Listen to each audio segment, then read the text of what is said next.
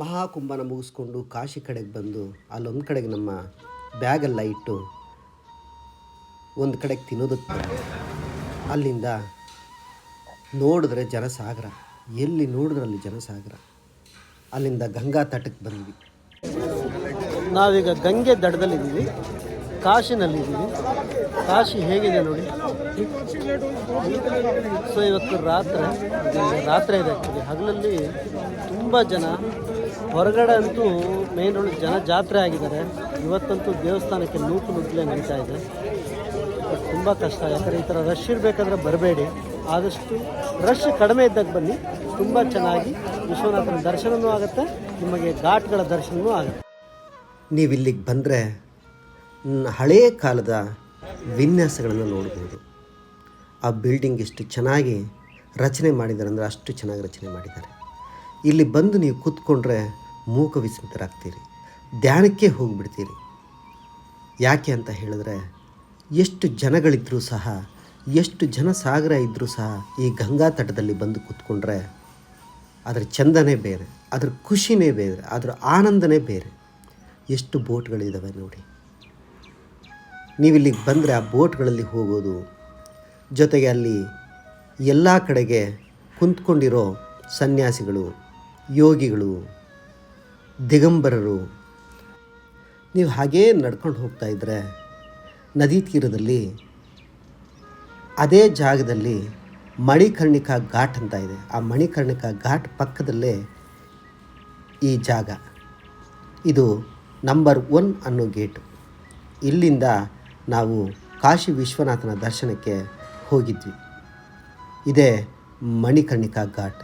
ಇಲ್ಲೇ ಶವಗಳನ್ನು ಸುಡೋದು, ಮನುಷ್ಯನ ಅಂತ್ಯವನ್ನು ಬೆಂಕಿನಲ್ಲಿ ಹಾಕಿ ಸುಡೋದು. ಹಾಗೆ ಅಲ್ಲಿಂದ ನೀವು ಈ ಘಾಟ್ಗಳನ್ನು ದರ್ಶನ ಮಾಡಿಕೊಂಡು ಬಂದರೆ ಆ ನಂಬರ್ 1 ಗೇಟಲ್ಲೂ ಸಹ ಬರ್ಬೋದು. ಇಲ್ಲಿ ಸುಮಾರು ಗೇಟ್ಗಳಿದ್ದಾವೆ, ಆದರೆ ನಂಬರ್ 1 ಗೇಟಿಂದ ಬಂದರೆ ನಿಮಗೆ ಬೇಗನೆ ದರ್ಶನ ಸಿಗುತ್ತೆ ಅಂತ ಹೇಳಿದ್ದಾರೆ. ಕಾಶಿ ವಿಶ್ವನಾಥನ ದರ್ಶನ ಮುಗಿಸ್ಕೊಂಡು ಲಾಹಿರಿ ಮಹಾಶಯ ಅವರ ಮನೆನ ನೋಡೋದಕ್ಕೆ ಬಂದ್ವಿ. ಲಾಹಿರಿ ಮಹಾಶಯ ಮಹಾ ಅವತಾರ ಬಾಬಾಜಿ ಅವರ ಮೊದಲನೇ ಶಿಷ್ಯ. ನೀವು ಯೋಗಿಯ ಆತ್ಮಕಥೆ ಅನ್ನೋ ಬುಕ್ಕನ್ನು ಓದಿದ್ರೆ ಲಾಹಿರಿ ಮಹಾಶಯ ಅನ್ನೋರು ಯಾರು ಅಂತ ನಿಮಗೆ ಗೊತ್ತಾಗತ್ತೆ. ಲಾಹಿರಿ ಮಹಾಶಯ ಅವರ ಮನೆ ಇದು. ಇಲ್ಲಿಂದ ಅವರ ಸಮಾಧಿಗೆ ಹೋಗೋ ದಾರಿ ಇದೆ. ಈ ದಾರಿನಲ್ಲಿ ಹೋಗ್ತಾ ಇದ್ದರೆ ಅವರ ಮೊಮ್ಮಗ ಒಂದು ಧ್ಯಾನ ಕೇಂದ್ರ ಮಾಡಿದ್ದಾರೆ. ಅಲ್ಲೇ ಲಾಹಿರಿ ಮಹಾಶಯ ಅವರ ಸಮಾಧಿ ಇರೋದು. ಇದೇ ಅವರ ಸಮಾಧಿ ಇರೋ ಜಾಗ. ಇದು ಬೆಳಗ್ಗೆಯಿಂದ ಸಂಜೆ ತನಕನೂ ಓಪನ್ ಇರ್ತಿತ್ತು. ಆದರೆ ಈಗ ಕೆಲವು ಕಾರಣಗಳಿಂದ ಸಂಜೆ 6 ಗಂಟೆಗೆ ಓಪನ್ ಆಗುತ್ತಂತೆ. ಇಲ್ಲಿಂದ ನಾವು ಘಾಟನ್ನು ನೋಡೋಕ್ಕೆ ಹೋದ್ವಿ. ಇದೇ ಮಾರ್ಗದಲ್ಲಿ ಚೌಷಾಟಿ ಮಂದಿರ ಅಂತ ಇದೆ, ಅದನ್ನು ಮಿಸ್ ಮಾಡದೆ ನೋಡಿ. ಇಲ್ಲಿಂದ ನಾವು ಗಂಗಾ ನದಿ ತಾಟವನ್ನು ನೋಡಿದ್ರೆ, ಅದು ಬೆಳಗ್ಗೆನೇ ನೀವು ನೋಡಿದ್ರೆ ತುಂಬ ಚೆನ್ನಾಗಿದೆ. ನೀವು ಪ್ರಕೃತಿನ ಸವಿಬೇಕು ಅಂತ ಅನಿಸಿದ್ರೆ, ಸೂರ್ಯನನ್ನು ನೋಡಿಬಿಟ್ಟು ಖುಷಿ ಪಡಬೇಕು ಅನಿಸಿದ್ರೆ ಬೆಳಗ್ಗೆನೇ ಹೋಗಿ. ಅದು ಈ ಲಾಹಿರಿ ಮಾರ್ಗದಲ್ಲಿ ನೀವು ಹೋದರೆ ಚೌಷಾಟಿ ಘಾಟ್ ಸಿಗತ್ತೆ. ಇಲ್ಲಿ ಚೌಷಾಟಿ ಅಂತ ಹೇಳಿದ್ರೆ 64 ಯೋಗಿನಿಯರು ಇಲ್ಲಿ ಬಂದು ತಪಸ್ಸು ಮಾಡಿ ಕೆಲವು ಸಾಧನೆಗಳನ್ನು ಮಾಡಿದ್ರು ಅನ್ನೋ ಪ್ರತೀತಿ ಇದೆ. ಹೇಗಿದೆ ನೋಡಿ ಗಂಗಾ ನದಿ. ಈ ಗಂಗಾ ನದಿಯಲ್ಲಿ ಎಲ್ಲ ಜನಗಳು ನೆಂದು ಅವರ ಪಾಪಗಳನ್ನು ಕಳ್ಕೊಳ್ತಾರೆ ಅಂತ ಹೇಳ್ತಾರೆ. ಇಲ್ಲಿ ಪಾಪ ಇದೆಯೋ ಪುಣ್ಯ ಇದೆಯೋ ನನಗೆ ಗೊತ್ತಿಲ್ಲ, ಆದರೆ ಇಲ್ಲಿಗೆ ಬಂದರೆ ನಿಮ್ಮ ಮನಸ್ಸಂತೂ ಮುದ ಆಗುತ್ತೆ, ಖುಷಿ ಆಗುತ್ತೆ, ಚೆಂದ ಆಗುತ್ತೆ. ನೀವು ಖುಷಿಯಾಗಿರಬೇಕು ಅಂತ ಅನಿಸಿದ್ರೆ ಒಮ್ಮೆನಾದರೂ ಕಾಶಿಗೆ ಭೇಟಿ ಕೊಡಿ. ಈ ಕಾಶಿಗೆ ಬಂದು ನೀವು ಏನು ಬೇಡ್ಕೊಳ್ತೀರೋ ಬಿಡ್ತೀರೋ ಗೊತ್ತಿಲ್ಲ, ಆದರೆ ಈ ಗಂಗಾ ನದಿ ತಟದಲ್ಲಿ ಸುಮ್ಮನೆ ಕೂತ್ಕೊಂಬಿಡಿ. ಧ್ಯಾನಸ್ಥರಾಗಿ ಅಂತ ನಾನು ಹೇಳೋದಿಲ್ಲ, ಅದೇ ಧ್ಯಾನಸ್ಥರಕ್ಕೆ ಕರ್ಕೊಂಡು ಹೋಗುತ್ತೆ. ನೀವು ಪ್ರತಿಯೊಂದು ಜಾಗನೂ ಸಹ, ಪ್ರತಿಯೊಂದು ಗಲ್ಲಿನೂ ಸಹ ನೀವು ನೋಡಬೇಕು.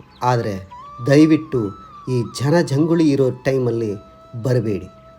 ಯಾಕೆ ಗೊತ್ತಾ, ಈ ಜನಜಂಗುಳಿ ಇದ್ದಾಗ ಬಂದರೆ ನಿಮ್ಮ ಮನಸ್ಥಿತಿ ಖಂಡಿತವಾಗ್ಲೂ ಚೆನ್ನಾಗಿರೋಲ್ಲ.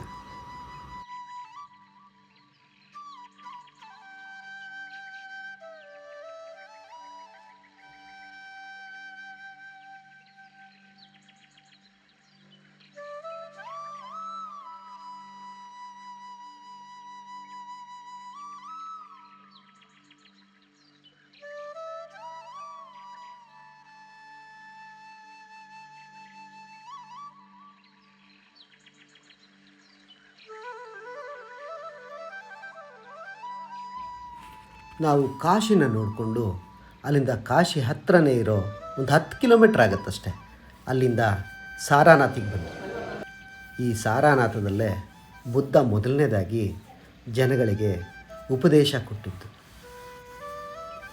ಆಸೆ ದುಃಖಕ್ಕೆ ಮೂಲ, ಅಥವಾ ಈ ಜೀವನ ಅಂದರೆ ಏನು, ಜೀವನದಲ್ಲಿ ಹೇಗೆ ಖುಷಿಯಾಗಿರಬೇಕು ಅನ್ನೋದನ್ನು ಉಪದೇಶ ಮಾಡಿದ್ದು ಮೊದಲು ಇಲ್ಲಿಂದಲೇ ಸ್ಟಾರ್ಟ್ ಮಾಡಿದ್ದು ಬುದ್ಧ. ಅವನ ಹುಟ್ಟು ಬೆಳವಣಿಗೆ ಎಲ್ಲವನ್ನು ಸಹ ಚಿತ್ರದ ಮೂಲಕ ಇಲ್ಲಿ ಬರೆದಿದ್ದಾರೆ. ಪ್ರತಿಯೊಂದು ಸಹ ಈ ಗೋಡೆ ಮೇಲೆ ನೀವು ನೋಡ್ಬೋದು. ನಾವು ಇಲ್ಲೆಲ್ಲ ಒಂದಿಷ್ಟು ಫೋಟೋ ಸೆಷನ್ಸು ವೀಡಿಯೋಸ್ ಎಲ್ಲ ಮಾಡ್ಕೊಂಡು ಬಂದ್ವಿ. ಹೊರಗಡೆಯಿಂದ ನೋಡಿದ್ರೆ ಎಷ್ಟು ಅದ್ಭುತವಾಗಿದೆ ಅಂದರೆ ಅಷ್ಟು ಚೆನ್ನಾಗಿ ಈ ದೇವಾಲಯದ ಥರನೇ ಇದನ್ನು ಕಟ್ಟಿದ್ದಾರೆ. ನಂತರ ಹಾಗೇ ಬಂದರೆ ಬುದ್ಧ ಉಪದೇಶ ಮಾಡಿದ್ದು ಹೇಗೆ ಅನ್ನೋದನ್ನು ತೋರಿಸೋದಕ್ಕೋಸ್ಕರ ಇಲ್ಲಿ ಈ ಸಿಂಬಲ್ಸಿಗೋಸ್ಕರ ಇದನ್ನು ಮಾಡಿದ್ದಾರೆ. ಒಂದು 6-7 ಜನ ಶಿಷ್ಯರು ಕೂತ್ಕೊಂಡು ಹಾಗೆ ಬುದ್ಧ ಅವರಿಗೆ ಉಪದೇಶ ಮಾಡೋ ಥರ ಇಲ್ಲಿ ಶಿಲೆಗಳನ್ನ ಇಟ್ಟಿದ್ದಾರೆ. ಅದೇ ರೀತಿ ಅವನ ತುಂಬ ಜನ ಶಿಷ್ಯರನ್ನು ಇಲ್ಲಿ ಒಂದೊಂದು ಕಡೆಗೆ ಒಂದೊಂದು ಜಾಗದಲ್ಲಿ ಅವರಿಗೆ ಆದ ಜಾಗವನ್ನು ಮಾಡಿ ಕೂರಿಸಿದ್ದಾರೆ. ಅದರ ಪ್ರತಿಯೊಬ್ಬರ ಹೆಸರು ಇಲ್ಲಿ ಕೆತ್ತಿದ್ದಾರೆ.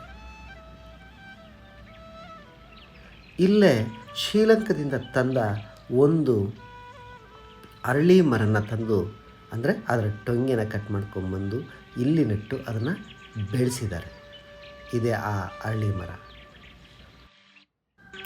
ಬುದ್ಧ ಮೊದಲು ಉಪದೇಶ ಮಾಡಿದ್ನ ಇಲ್ಲಿ ಕಲ್ಲಿನಲ್ಲಿ ಕೆತ್ತಿದ್ದಾರೆ.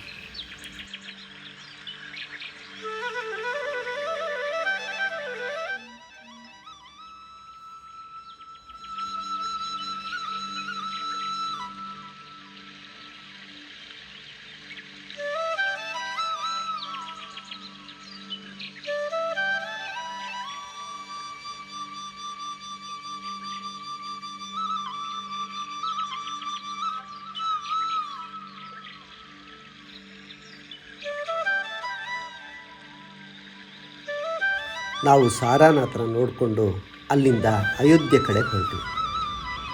ಅಯೋಧ್ಯೆಗೆ ಹೋಗಬೇಕಾದ್ರೆ ನೀವು ನಿಮ್ಮ ಎಲ್ಲ ಗ್ಯಾಡ್ಜೆಟ್ಸ್ನ ವಾಚನ್ನ ರೂಮಲ್ಲೇ ಬಿಟ್ಟು ಹೋಗಿ. ಆವಾಗ ಅಯೋಧ್ಯ ರಾಮನ ನೋಡಿಕೊಂಡು ಬೇಗನೆ ಹೊರಗಡೆ ಬರ್ಬೋದು. ಇಲ್ಲಿ ನಾನು ವಿಡಿಯೋ ಮಾಡೋಕ್ಕಾಗಿಲ್ಲ, ಯಾಕೆಂದರೆ ನಾವು ರಾಮನ ನೋಡೋ ಅರ್ಜೆಂಟಲ್ಲಿ. ಸೊ ಹಾಗಾಗಿ ಇದು ರೂಮಿಂದ ತೆಗೆದಿರೋ ವಿಡಿಯೋ, ಅಂದರೆ ದೇವಸ್ಥಾನಗಳ ಬೀಡು ಅಯೋಧ್ಯೆ.